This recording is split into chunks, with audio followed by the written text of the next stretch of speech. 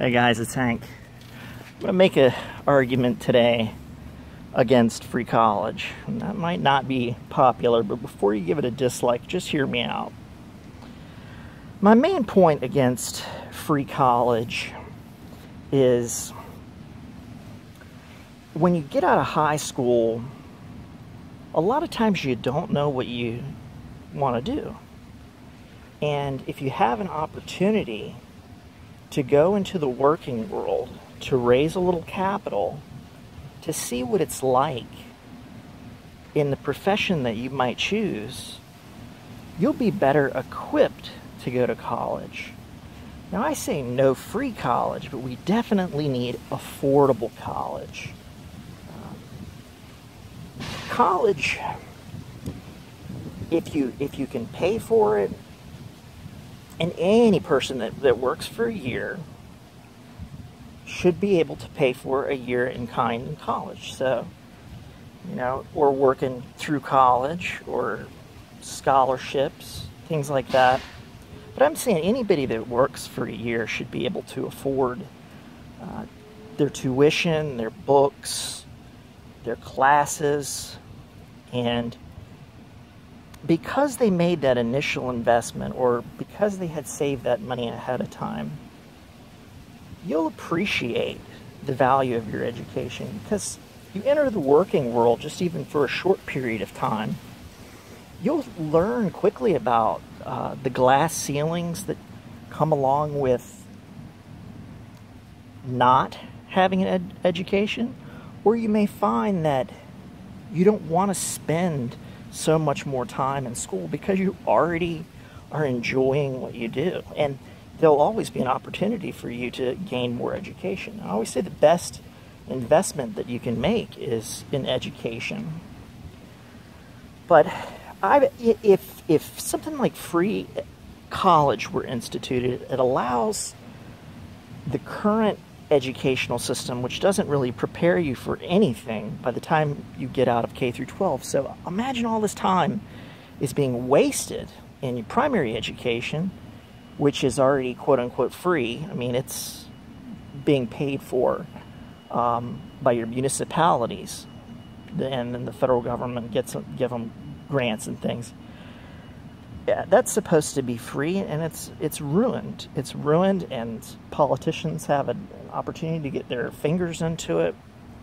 So if you yourself pay for college and you've worked that year, you don't take a loan or anything like that, because when you first get out of high school, unless there's some kind of special circumstance, generally people don't know what the value of money is. They don't know how much $130,000 is. They don't know what these credit cards and things will do to you. And people are specifically not educated or told about these things in high school when they should be. So if you get right out of high school and you work a little bit, you'll definitely start to understand the value of your labor, the value of the time that you put into it, the value of your education. If you find a glass ceiling, like for example, when I worked in geotechnical services as an inspector, I'm essentially an engineer's aide to ensure that design specifications are being met in the field, and essentially ensure quality and document the process. But I could never make any judgments on my own. I always needed an engineer's approval, or I needed plans or something like that to give me the authority. And a lot of times you run into situations in the field where things aren't right, and you kind of know a good solution for it. But without a civil engineering degree, you can't make those determinations.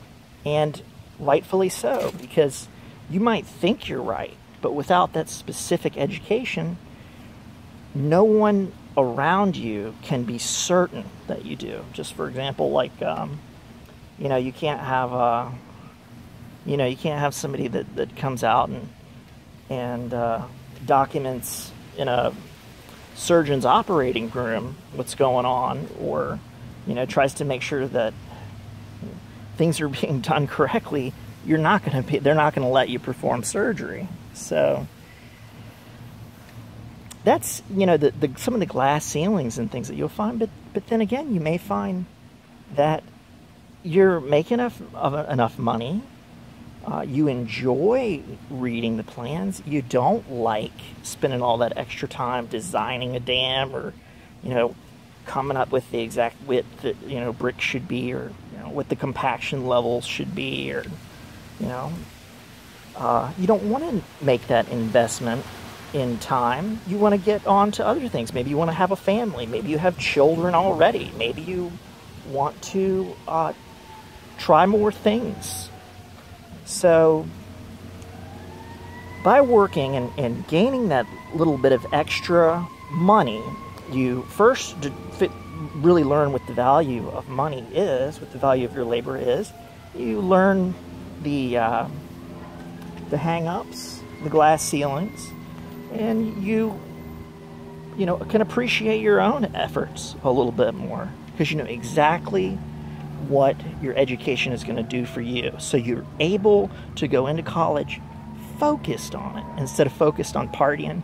It's like, hey, you're out of high school, you're free. You should be able to get a job if you want to, and you should be able to afford, basic housing and stuff. And that way, instead of spending money and borrowing all this money to go to college, you might want to take that time, and you might be the person that is gonna struggle with substance abuse, or you may be the person that gets pregnant, or you might want to move out of your town and move to a different city and see something new.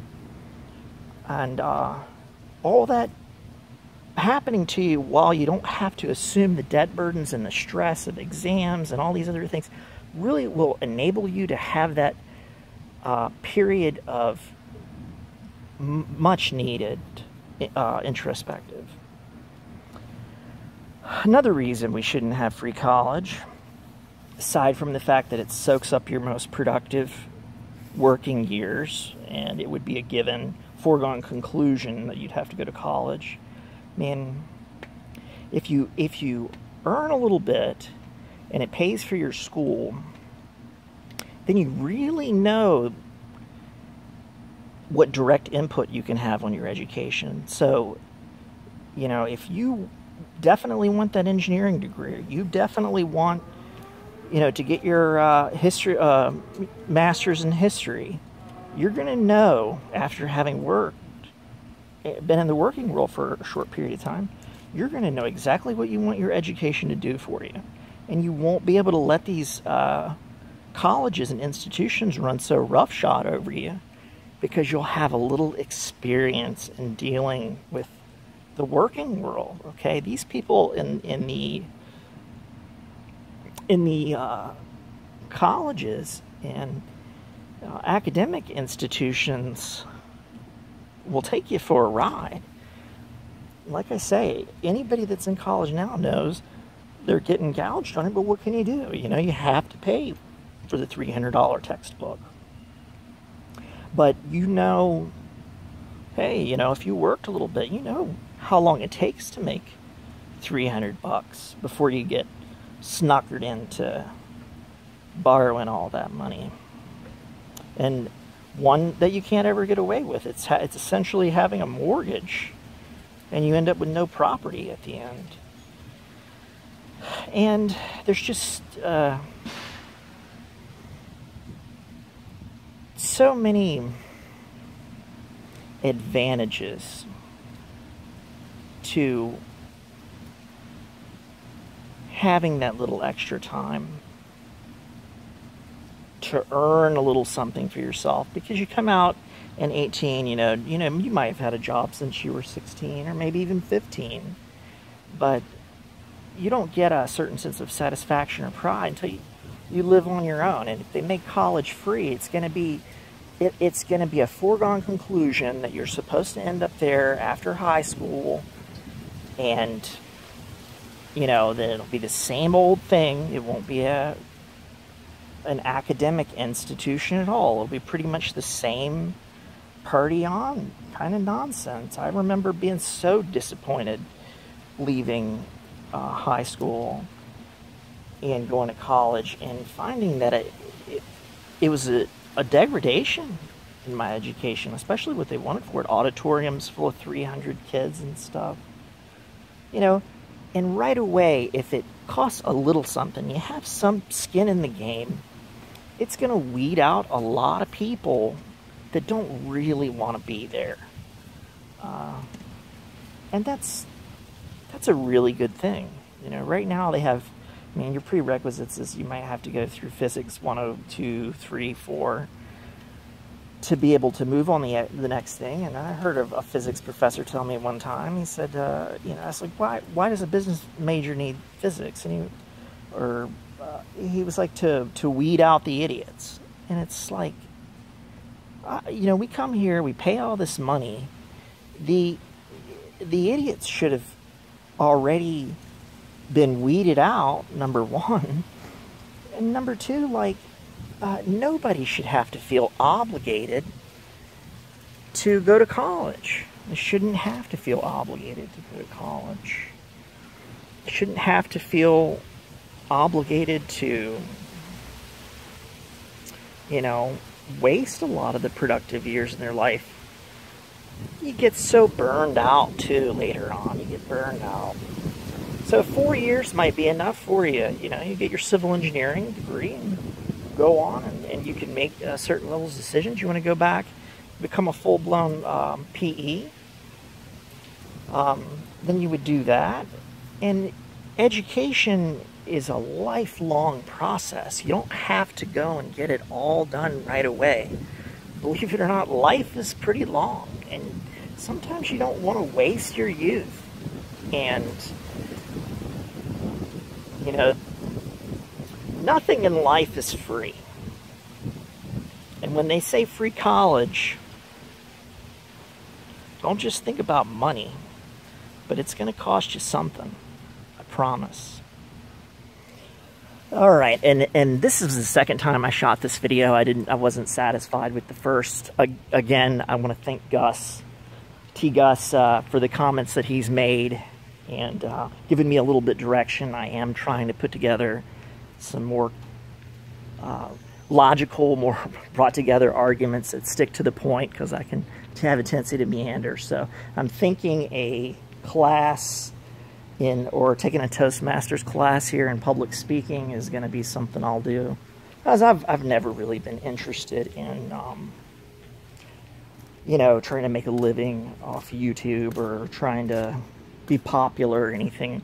But you know, T-Gus said, you know, you can be somebody that can contribute something as well, and you just have to clean up your videos to do it. And I think that kind of constructive criticism is just very, very valuable, and I thank you very, very much for your guidance.